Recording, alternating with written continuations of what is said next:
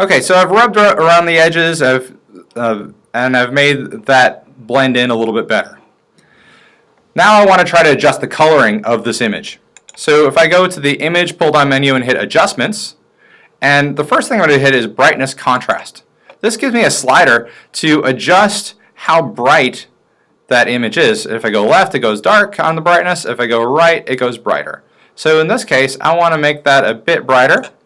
And I might see if I can make the contrast a little more flat. Alright, so now I've brightened up the image. Alright, the next thing I want to do is I'm going to grab my navigator and zoom that out a little bit.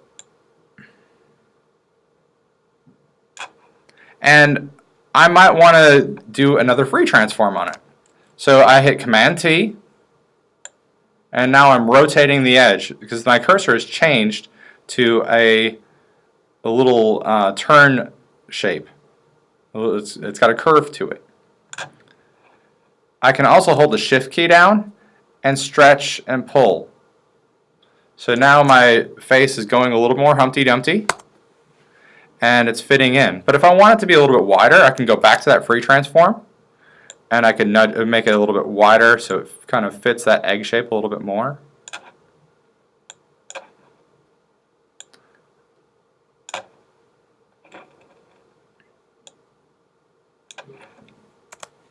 Alright, so now my face is starting to fit on that egg a little bit better. The next thing I want to do is maybe adjust the colors. So if I go to my hue saturation slider, I could either black and white this whole image, which doesn't really work here, but I can dim down the saturation here a little bit, and I can play with the Colorize slider here and see if I can find myself a more eggy tone to my skin.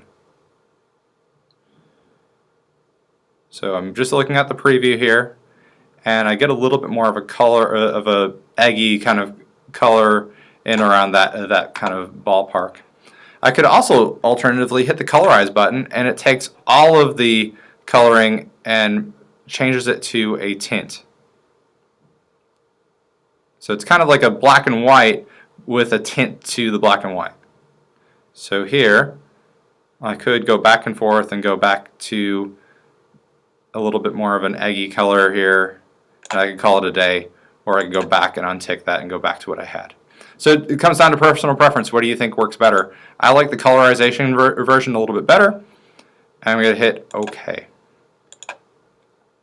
There's lots of different ways of modifying the color. That adjustments pull down menu has lots of different options. The black and white option here is great, but I think now I've gotten to a point where my image is pretty good, so I might want to do a save. So I'm going to do a file and save, and I can rename this. I'm going to call this egg.psd. I'm going to override an older one that's on my desktop. I can file that away better. And I'm now writing that as a Photoshop file, so I can go back and it'll look exactly like this. But if I know that I'm pretty happy with it, now I can go to File and Save As. And then I can change my format here to a JPEG or a lot of your other formats that you might want to use. And I'm going to save that to my desktop.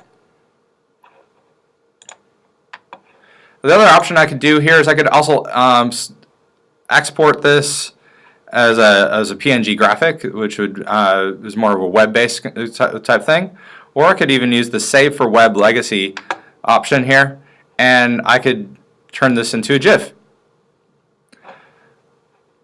Anyway, there's lots of different file formats that Photoshop can save as, and anyway, that's a bit of a quick grab here as to what Photoshop can do. Thank you for watching. If you have questions, leave them in the comments below. Thank you so much.